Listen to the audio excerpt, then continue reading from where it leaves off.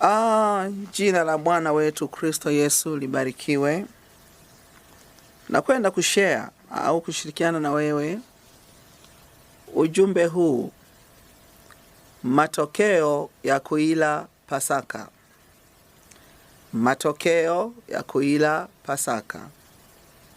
Nini kilitokea baada ya kuila Pasaka?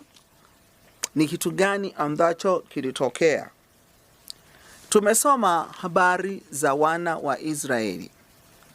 Tumesoma maandiko matakatifu kutoka kitabu cha Kutoka mlango wa 12 kuanzia mstari wa 1 mpaka ule wa 3. Tunamwona Mungu akiagiza. Mungu alikuwa na plani na mpango wa kuwatoa wana wa Israeli katika nchi ya utumwa. Wana wa Israeli ambao walikuwa wamekaa kwa takribani miaka isiyopungua